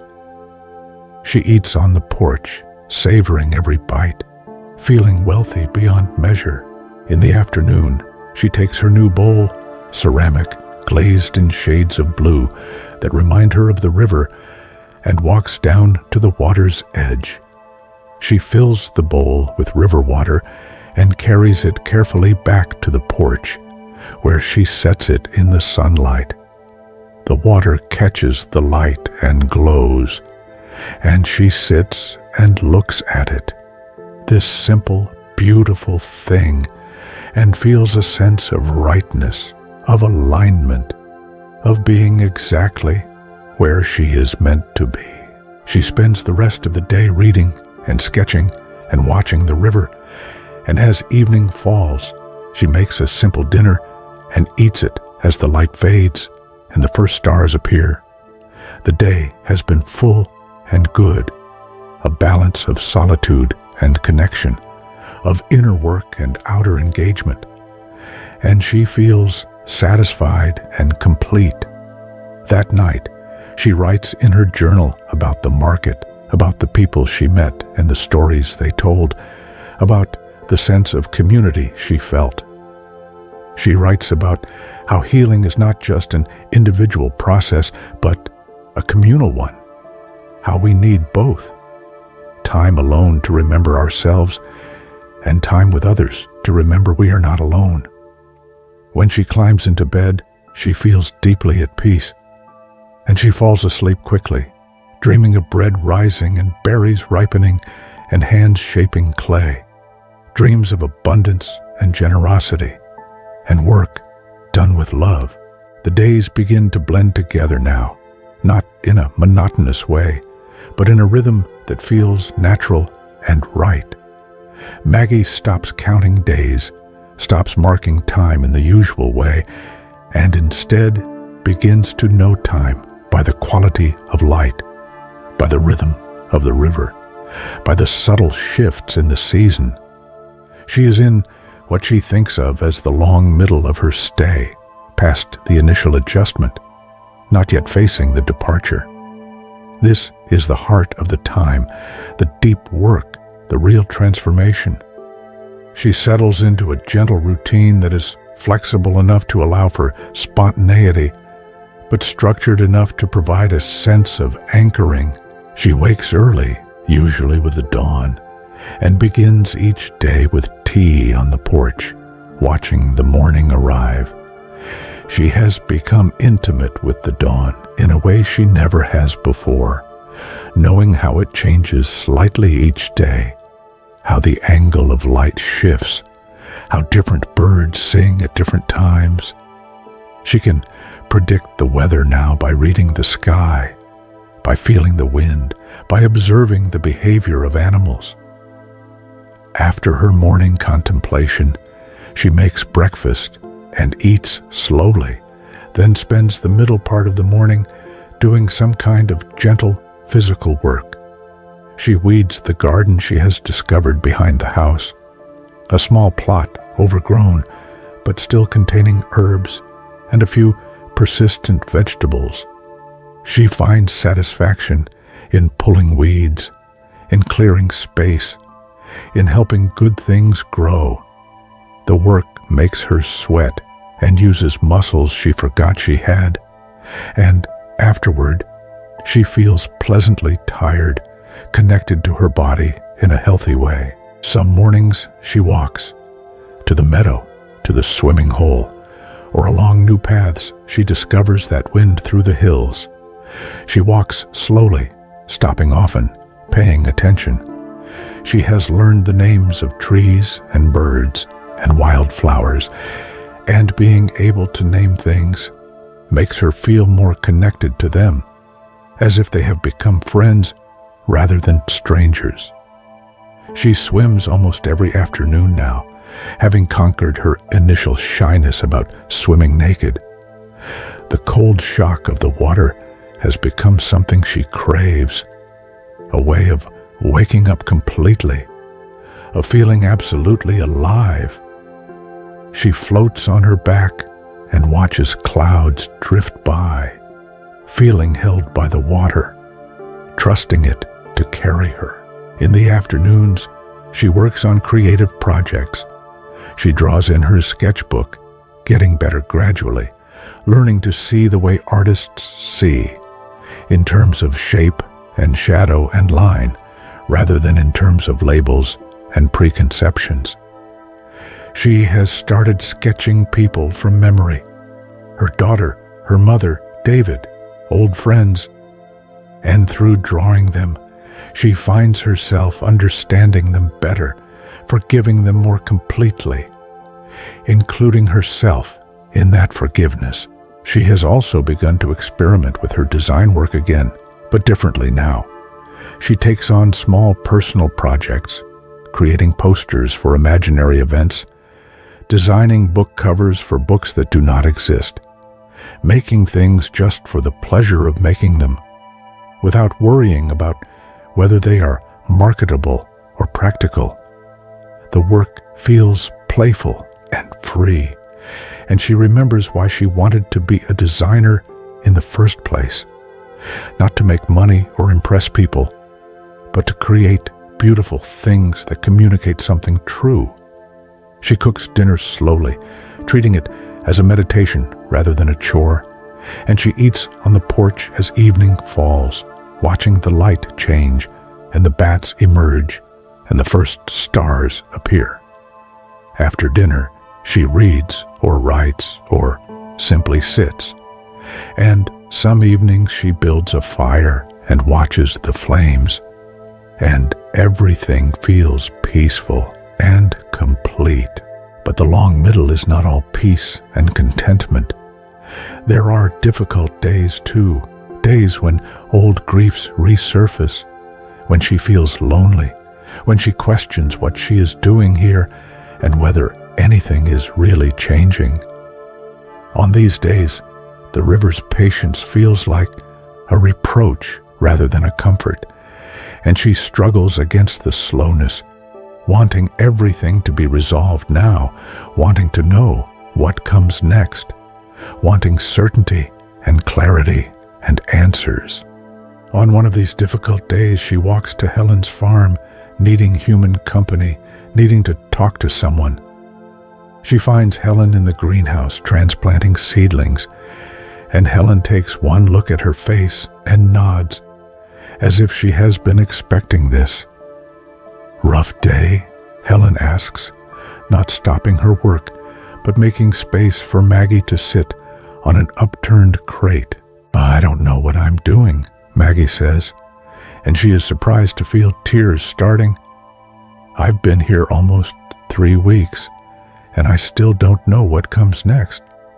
My month is more than half over, and then what? I go back to my empty house, and my work that doesn't satisfy me, and my life that feels like it belongs to someone else. What's the point of all this if nothing really changes? Helen works quietly for a moment, her hands gentle with the seedlings, and then she says, "You know what the hardest part of farming is? The waiting. You put seeds in the ground, and then you wait. You water, and you weed, and you tend, but mostly you wait. And you can't see what's happening underground. You can't see the roots growing, the plant gathering strength.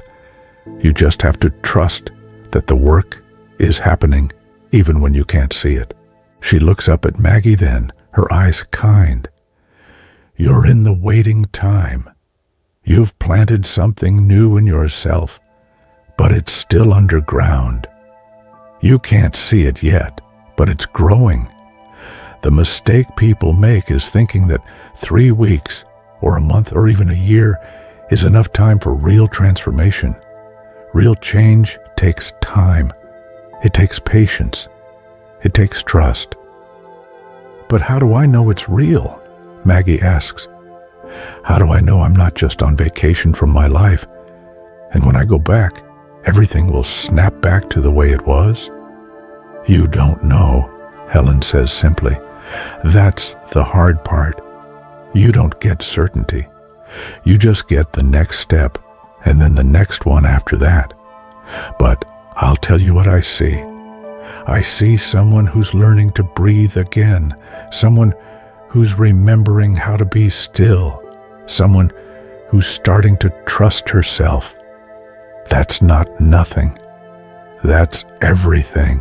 Maggie stays for lunch, and Helen's husband, Robert, joins them, and they eat simple food at a wooden table in the farmhouse kitchen, and the conversation ranges from farming to politics to books to the nature of change, and Maggie feels her perspective shifting, her anxiety easing. These are good people, wise people, people who have lived long enough to know that nothing worth having comes quickly or easily. When she drives back to the river house, she feels steadier, more patient with herself and with the process. She sits on the porch and watches the river, really watches it, and she thinks about how the river never worries about where it is going. It just flows, moment by moment, trusting the shape of the land, trusting gravity, trusting itself, and eventually, without hurrying, without forcing, it reaches the sea. That night, she writes in her journal, "Maybe the point is not to have everything figured out. Maybe the point is to keep flowing, to keep moving, to trust that the way will reveal itself as I go. Maybe certainty is overrated, and faith, not religious faith, but faith in the process, in myself, in life itself, is what I need to cultivate." The days continue. Morning light, river songs, simple work, creative play, evening peace.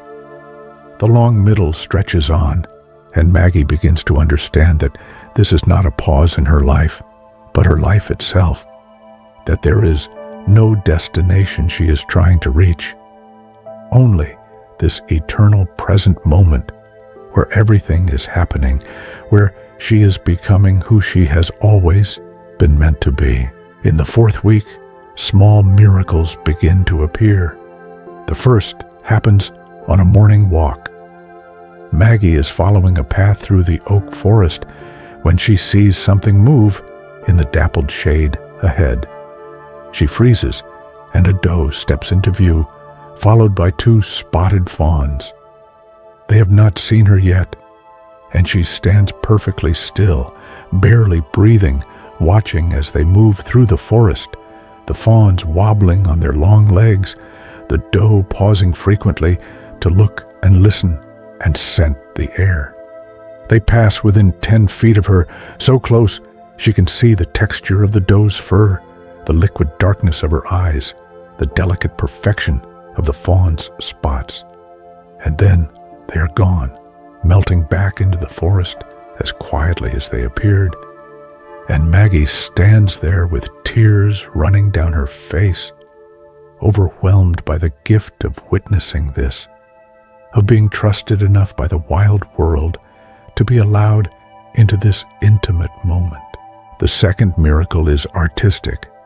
She has been working on a sketch of the river house, trying to capture not just what it looks like, but what it feels like, the quality of peace and shelter and home that it embodies. She has started the drawing over several times, frustrated, unable to get it right. But on this particular afternoon, something shifts. Her hand begins to move with a sureness she has not felt before, and the lines she makes are exactly right. And slowly, almost without conscious effort, the house appears on the page, and it is alive. It breathes. It feels the way the house feels when she sits on its porch at dusk. She sets down her pencil and looks at the drawing for a long time, amazed.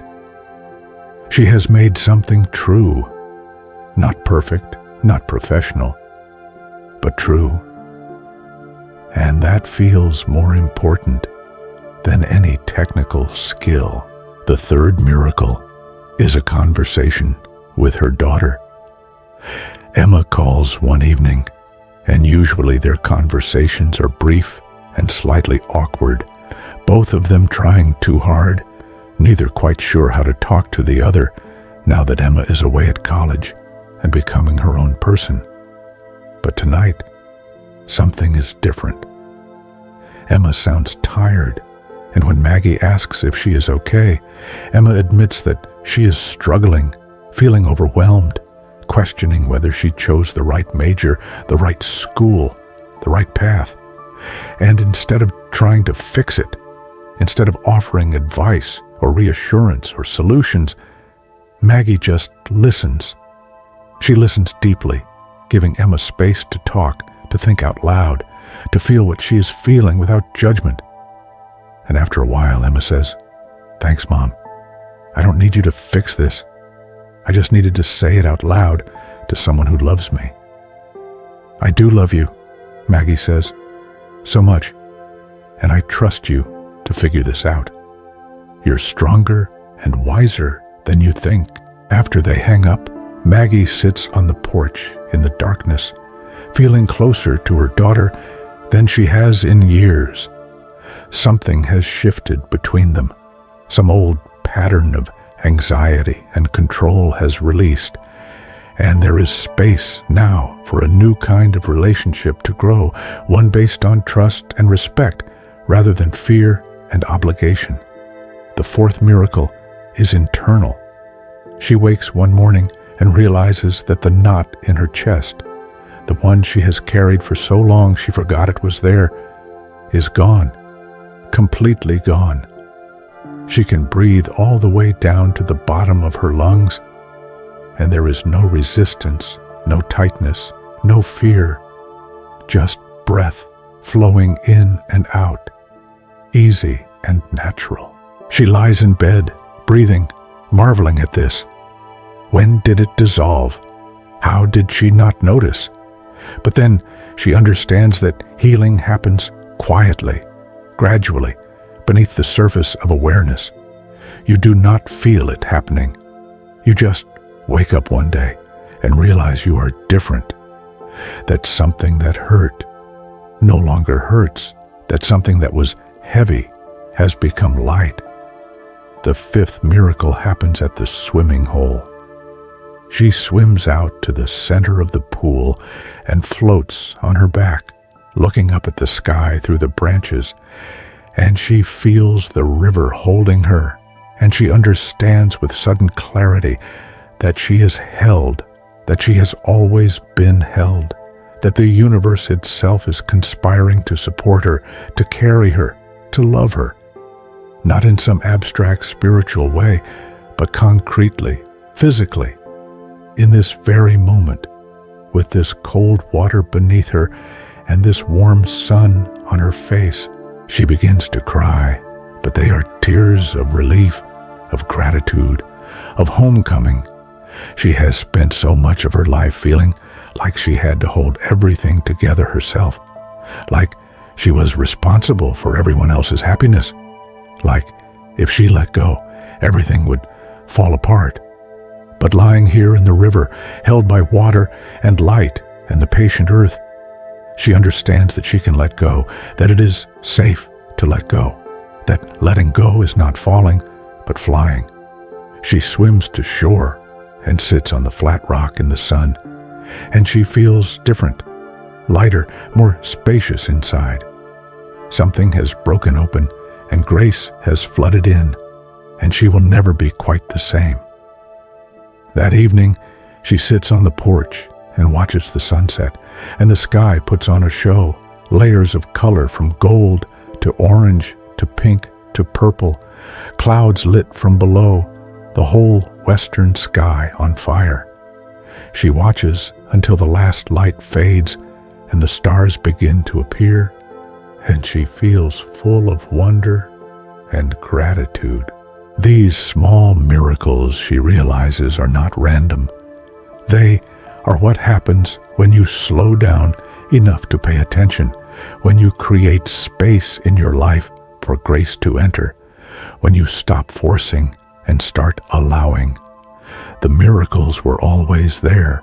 She just could not see them before because she was moving too fast, worrying too much, trying too hard. Now she sees them everywhere, in the way the morning light falls on the porch, in the taste of a ripe tomato, in the sound of the river at night, in the feeling of clean sheets against her skin, in the smell of bread baking, in the sight of a heron standing perfectly still in the shallows. Life is full of miracles, she thinks. I just forgot to notice. That night, she writes in her journal, I am learning to see with new eyes, or maybe I am learning to see with old eyes, the eyes I had as a child before I learned to take everything for granted. The world is shot through with wonder. Every moment is a gift. I am held, I am loved, I am home. She closes the journal and sits in the darkness, listening to the river, feeling the night air cool on her skin, and she knows that when she leaves this place, and she will have to leave soon, her month is almost over, she will take this with her. Not just the memory of peace, but the capacity for peace. Not just the experience of wonder, but the eyes to see wonder wherever she goes. The river has taught her to see, to listen, to be still, to trust. And these lessons are not bound to this place. They are portable. They are hers to carry into whatever comes next. The last days arrive with the particular poignancy that endings always bring. Maggie knows she should be planning her return, packing, making lists, preparing to re-enter her regular life. But she finds herself resisting, wanting to savor every moment, to stretch time, to hold on to this peace as long as possible. She spends her mornings in quiet contemplation, memorizing everything, the exact shade of green in the willows, the sound of the river at dawn, the way the light moves across the valley, the feeling of the wooden porch boards under her bare feet. She is gathering these sensations like a squirrel gathering nuts, storing them away for the winter to come.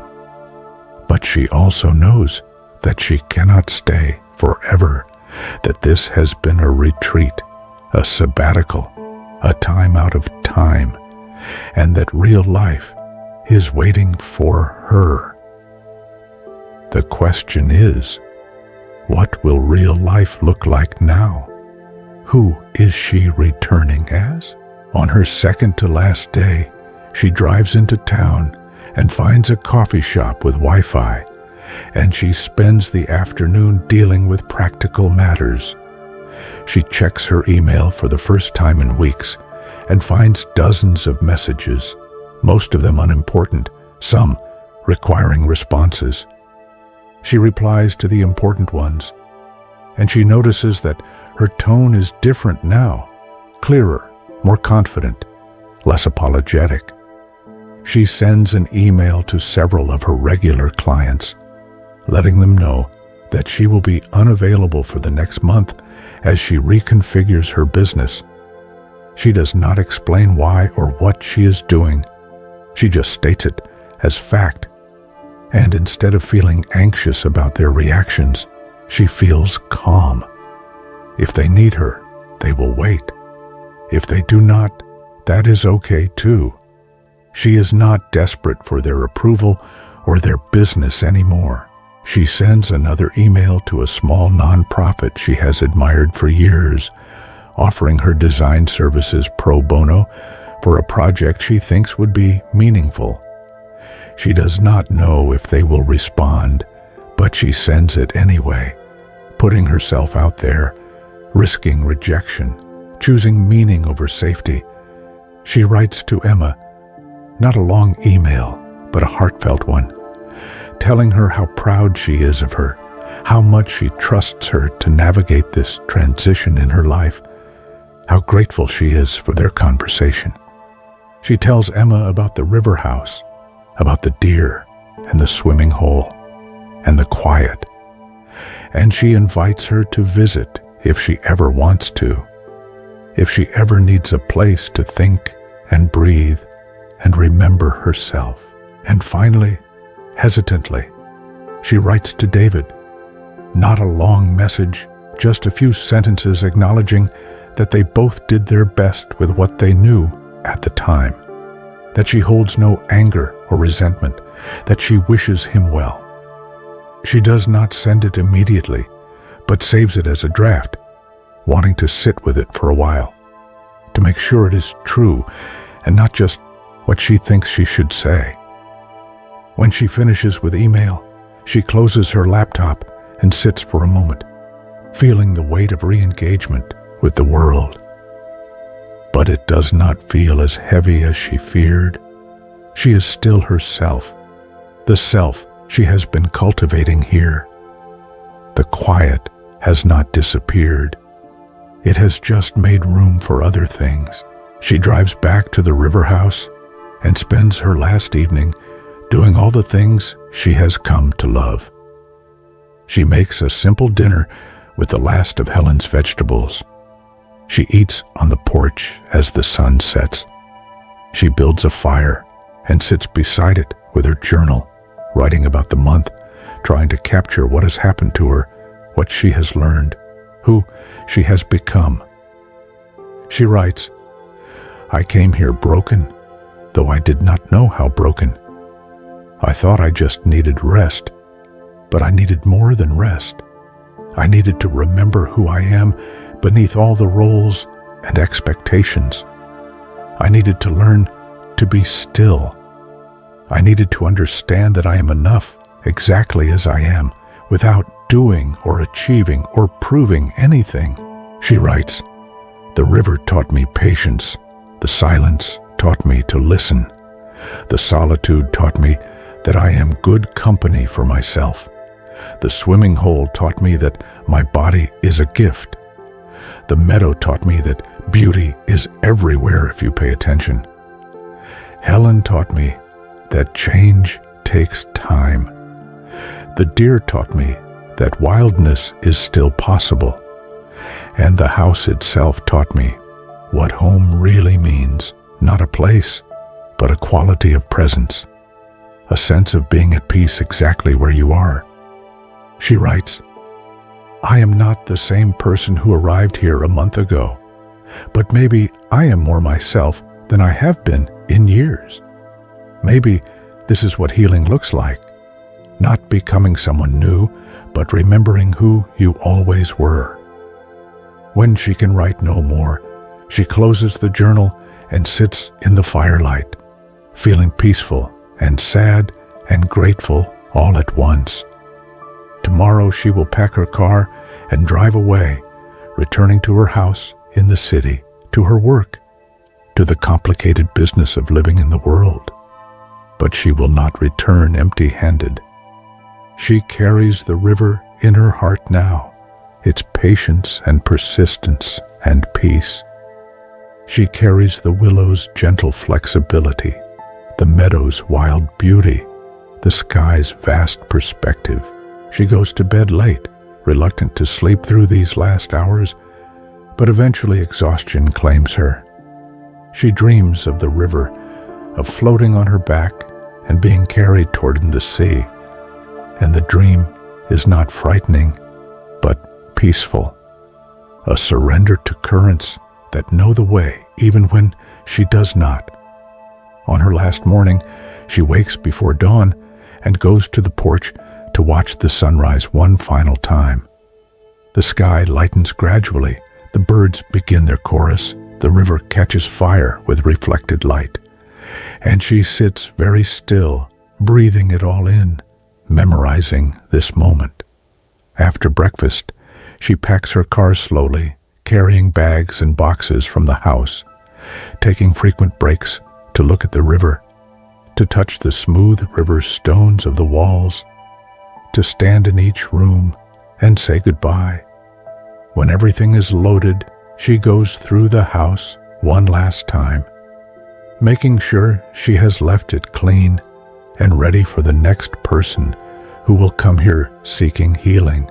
She finds a piece of paper and writes a note, leaving it on the dining table. Thank you for sharing this sacred place. The river is a good teacher if you listen. Trust the process. Trust yourself. You are exactly where you need to be. She walks down to the river's edge and stands for a long moment, her hands in her pockets, looking at the water. She bends and picks up a smooth stone, river-worn and perfect, and puts it in her pocket to carry with her. A touchstone, a reminder, a piece of the river to take home. Thank you, she whispers to the river, to the willows, to the house, to the valley, to whatever presence or intelligence or grace has held her here. Thank you for everything. And then she walks back to her car, climbs in, and drives slowly down the long driveway under the cathedral of trees. She does not look back. She does not need to. The river house is not behind her, but inside her now, a place she can return to whenever she needs to remember who she is. As she drives through the valley, past farms and fields and forests, the morning sun warm on her face, she realizes she is not afraid. Whatever comes next, she will meet it with the patience of the river, the flexibility of the willows, the wild trust of the deer. She will carry this peace with her, and when she loses it, because she will lose it sometimes, that is the nature of being human, she will know how to find it again. She reaches the main road and turns toward home, and the river house disappears behind the hills, but its lessons flow on, inexhaustible as water, patient as stone, constant as the turning of the earth toward light. She's going home, yes, but she's also already home, because home is not a place but a way of being in the world. And she has finally, blessedly, learned how to be. The story ends, but the river flows on, waiting for the next tired soul who needs to remember how to breathe, how to be still, how to listen, how to come home to themselves. And in the silence that follows, there is only peace, only breath, only the eternal patient voice of water moving over stone, singing its ancient lullaby to anyone wise enough to listen. Rest now.